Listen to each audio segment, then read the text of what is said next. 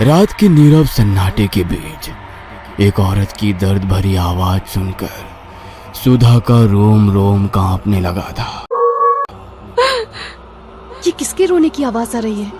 आज तो अस्पताल में कोई मरीज भी भर्ती नहीं है और वो कमरा तो वैसे भी बंद रहता है। सुधा का दिमाग कहता था कि उस कमरे में किसी के होने की कोई संभावना नहीं है, लेकिन दिल जानता था कि आखिर ये आवाज है किसकी। लड़खड़ाते हुए धीमे कदमों से सुधा कमरा नंबर 9 की तरफ बढ़ने लगती है। कमरे के बाहर पहुंचकर वो दरवाजे में लगे शीशे से अंदर झांक कर देखती है तो उसे वहां कोई नजर नहीं आता। सुधा के वहां पहुंचते ही रोने की आवाज भी बंद हो गई थी। हैरान होकर सुधा वहां से जाने के लिए मुड़ती है, तभी उसे कमरे का दरवाजा जोर जोर से पीटने की आवाज सुनाई देने लगती है, जिसे सुनकर सुधा बुरी तरह चौंक जाती है। कौन है वहाँ? कौन है? सुधा के पूछते ही एक बार फिर से किसी औरत के बुरी तरह से रोने चिल्लाने की आवाजें सुनाई देनी शुरू हो जाती है। एक तरफ दरवाजा पीटने की धम धम, दूसरी तरफ वो डरावनी रोती हुई स्त्री की आवाज। सुधा दौड़ते हुए डॉक्टर राघव के कैबिन की ओर जाने लगती है, लेकिन अचानक सुधा को महसूस होता है कि राघव के कैबिन के बाहर कोई औरत काला लबादा पहने खड़ी उसे ही घूर रही है। कौन हो तुम? क्या चाहिए तुम्हें?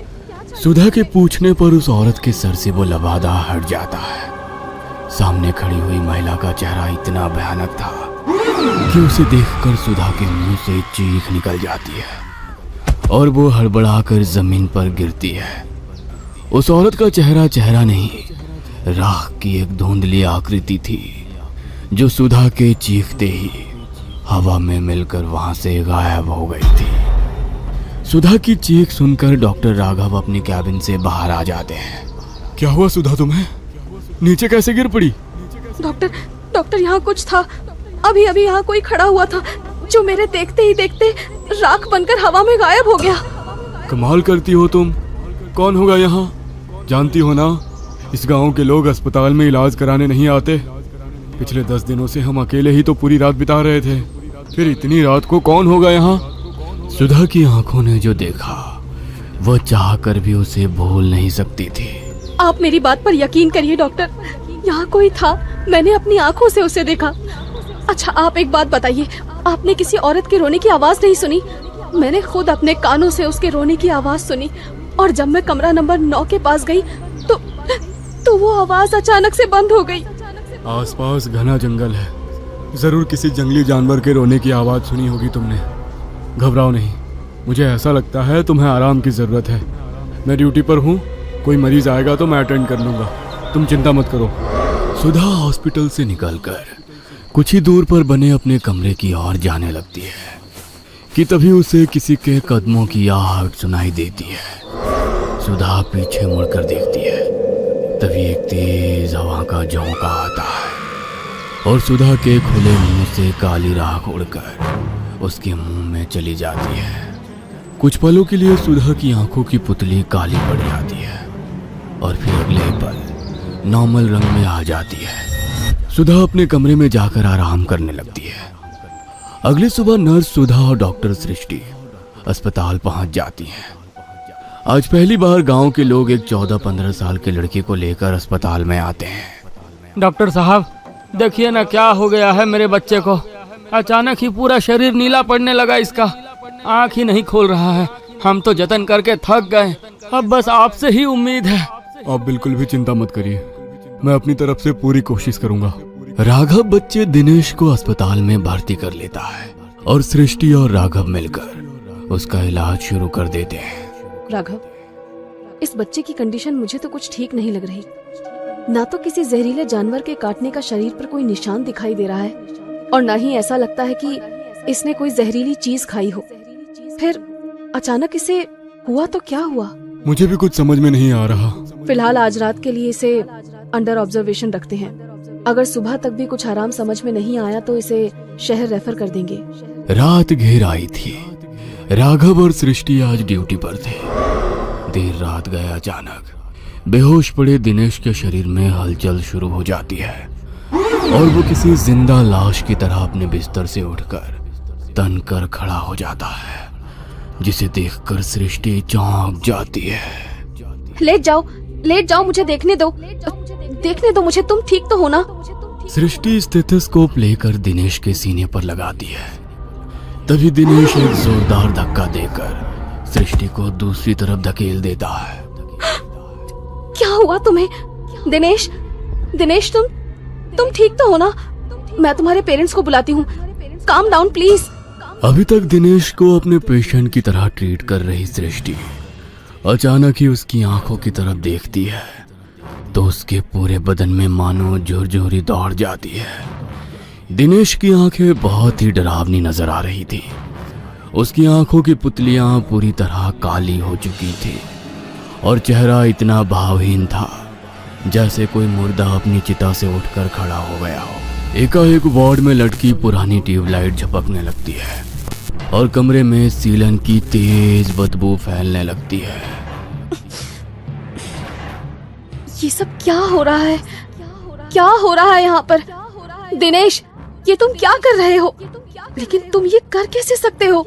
सृष्टि के इतना कहते ही दिनेश घूर कर सृष्टि को देखने लगता है और अपने हाथ सृष्टि की गर्दन की ओर बढ़ाकर उसकी ओर आने लगता है। सृष्टि डर के मारे जोर जोर से चिल्ला रही थी कि तभी नर्स सुधा कमरे में आ जाती है और दिनेश की गर्दन पकड़कर उसे दीवार में दे मारती है। दिनेश जमीन में गिर चुका था और उसके सर से खून बह रहा था। दिनेश के सर से खून बहता देख सिस्टर सुधा किसी जंगली जानवर की तरह अपने हाथ और पैरों पर चलते हुए दिनेश तक पहुंचती है और उसके सर से बह रहे खून को बुरी तरह से चाटने लगती है। डॉक्टर सृष्टि एक कोने में बूंद बनी यह अविश्वसनीय घटना देख रही थी। अगले ही पल मानो नर्स सुधा पर कोई वहशी जानवर हावी हुआ हो और उसने दिनेश का हाथ मरोड़कर कंधे से अलग कर दिया। डॉक्टर होने के बाद भी यह विभत्स दृश्य देखकर सृष्टि की आंखों के आगे अंधकार छा गया और वो अपने होश खो बैठी थी। कुछ देर बाद होश आया तो राघव सृष्टि को घेरे बैठा था। सृष्टि, क्या हुआ था वहां? और वो लड़का, उसकी मौत कैसे हुई? और वो सुधा कहाँ चली गई? राघव की बात सुनकर सृष्टि रोते हुए उसे कमरे में हुई सारी घटना के बारे में बताने लगती है, जिसे सुनकर डॉक्टर राघव सन्न रह गया था। राघव एक अमीर पिता की इकलौती संतान था। चाहता तो पिता की दौलत पर जीवन भर राज कर सकता था, लेकिन उसने पापा के बिजनेस से जुड़ने की बजाय कड़ी मेहनत करके एक डॉक्टर बनने की इच्छा जताई। नियति ने अपना खेल शुरू कर दिया था। पिता सिंघानिया बेटे राघव के लिए एक बहुत बड़ा अस्पताल बनाकर तैयार करना चाहते थे, लेकिन राघव उसने कुछ और ही सोच रखा था। Are you sure Raghav? तुम वाकई उन आदिवासियों के बीच जाकर उनका इलाज करना चाहते हो? देखो, समाज सेवा के बारे में सोचना और रियल में उसके लिए अपनी पूरी लाइफ को दांव पर लगा देना, ये दो अलग अलग बातें होती हैं। गोल्ड मेडलिस्ट हो तुम। पीजी करने के बाद अगर तुम चाहोगे तो बड़े से बड़े अस्पताल में प्रैक्टिस करके लाखों रुपए कमा सकते हो। मुझे पैसे कमाने के होते ना सृष्टि, तो मैं पापा का बिजनेस भी ज्वाइन कर सकता था। मेरी लाइफ का कुछ अलग ही पर्पस है। सिर्फ पैसे कमाने में मैं उसे बर्बाद नहीं करना चाहता। बड़ी बड़ी बातें करने वाले तो मैंने बहुत देखे हैं राघव।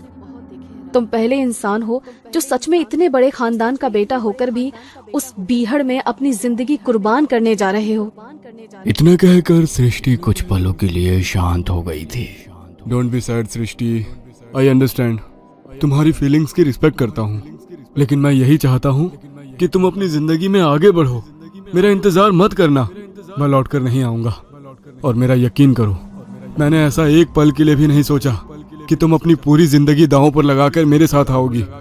सृष्टि और राघव ने 2 साल पहले मेडिकल में अपना पीजी कंप्लीट किया था। दोनों ही काबिल डॉक्टर बन गए थे। पिछले 8 सालों से पढ़ाई के दौरान दोनों साथ में थे, लेकिन पढ़ाई पूरी करने के बाद राघव ने कहा कि वो अपनी सारी जिंदगी उन लोगों के लिए डिवोट करना चाहता है जिनके पास आज भी मेडिकल फैसिलिटीज के नाम पर कुछ भी नहीं है। तुम किसी भी गांव में जाकर सोशल सर्विस कर सकते हो। ये आदिवासी गांव ही क्यों? मैंने सुना है ये आदिवासी लोग बड़े खतरनाक होते हैं। इनकी अपनी कुछ प्रैक्टिस होती है और ये उसी पर भरोसा करते हैं। मैंने तो यहाँ तक सुना है कि ये लोग दवाइयाँ, हॉस्पिटल, इन सब चीजों में विश्वास ही नहीं करते। आज भी अपने पारंपरिक तरीकों से ही बीमार लोगों का इलाज करते हैं। मुझे तुम्हारी बहुत चिंता हो रही है राघव। पता नहीं वो लोग तुम्हें एक्सेप्ट कर भी पाएंगे या नहीं। तुम बिना बात की फिक्र कर रही हो। अरे ऐसा कुछ भी नहीं है, वहाँ पहले से ही एक हॉस्पिटल है, बस थोड़ा मेंटेन करवाना पड़ेगा, सब हो जाएगा, डोंट वरी।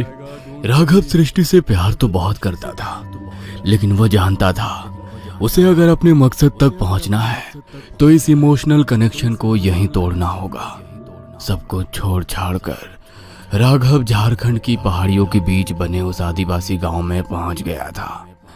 कच्चे मकानों वाली ये छोटा सा गांव बड़े शहर से आए राघव को काफी अजीब नजर आ रहा था। कुछ देर तक गांव में घूमने के बाद उसे एक बूढ़े काका नजर आते हैं। अरे काका, मुझे राजकीय अस्पताल जाना है, जरा मदद कर देंगे क्या? राघव की बात सुनकर बूढ़ा आदमी राघव को ऊपर से नीचे तक घूर कर देखने लगता है। क्यों जा रहे हो वहाँ? अस्पताल नहीं, मुर्दा घर है वो। जो वहाँ जाता है मुर्दे से भी बुरी हालत हो जाती है उसकी। लौट जाओ, कभी मुड़कर भी उसकी तरफ मत देखना। बड़े अजीब लोग रहते हैं यहाँ। मैंने बस अस्पताल का पता पूछा और ये ऐसे आपे से बाहर हो गए। ठीक है, अस्पताल का पता नहीं बताना मत बताओ, लेकिन ऐसे चीखने चिल्लाने का मतलब क्या है? सृष्टि ठीक कह रही थी, आदिवासी जगह है, यहाँ के लोगों को समझने में मुझे अभी काफी समय लगेगा। अस्पताल को मुर्दा घर कौन कहता है? हाँ? उस बुजुर्ग से मिलने के बाद राघव के मन में एक अजीब सी उथल पुथल मच गई थी। छोटा सा गांव था जो बिल्कुल वीरान और सुनसान दिखाई दे रहा था। कुछ देर बाद राघव एक पुरानी सी खंडहर नुमा बिल्डिंग के सामने खड़ा था, जहां टूटे फूटे बोर्ड पर राजकीय अस्पताल लिखा हुआ था। ओह थैंक गॉड, यही है अस्पताल। लेकिन इसकी हालत देखकर तो लगता है यहाँ कोई चिड़िया भी पिछले 10-20 साल से नहीं आई है। राघव ने देखा अस्पताल के दूसरी ओर एक सरकारी आवास भी बना हुआ है। राघव ने सरकारी मकान में जाकर अपना सामान रखा और थोड़ी साफ सफाई के बाद उसे रहने लायक बना लिया। कुछ दिनों की मेहनत के बाद अस्पताल से कुछ कमरे साफ सफाई करके इस्तेमाल लायक हो गए थे। एक दिन अस्पताल के बाहर एक गाड़ी आकर रुकती है, जिसमें डॉक्टर सृष्टि और नर्स सुधा दिखाई दे रहे थे। राघव, हम दोनों भी तुम्हारे इस मिशन में तुम्हारे साथ हैं। अस्पताल हम मिलकर चलाएंगे, लेकिन अभी भी मेरे मन में बार बार यही सवाल आता है कि आखिर इतनी दूर ये गांव में आकर ही क्यों तुमने अस्पताल बनाया? सृष्टि, कुछ सवाल इंसान को कभी चैन से जीने नहीं देते, और मैं यहाँ अपने मन में उमड़ रहे सवालों का जवाब पाने के लिए आया हूँ। बचपन से ही मुझे कुछ अजीबोगरीब सपने बेचैन करते थे। सपने इतने धुंधले थे कि साफ साफ कुछ समझ में नहीं आता था। धीरे धीरे जब मैं बड़ा होने लगा तो एक एक करके कुछ चीजें साफ दिखाई देने लगी, और उन सपनों में ही मैंने कुंदनगढ़ का राजकीय अस्पताल भी देखा। पिताजी से मैंने कई बार पूछा कि क्या मेरा कुंदनगढ़ से कोई संबंध है, तो उन्होंने हमेशा इनकार कर दिया। बस उन बिखरी कड़ियों को जोड़ने के लिए मैंने यहाँ आकर प्रैक्टिस करने का विचार बनाया।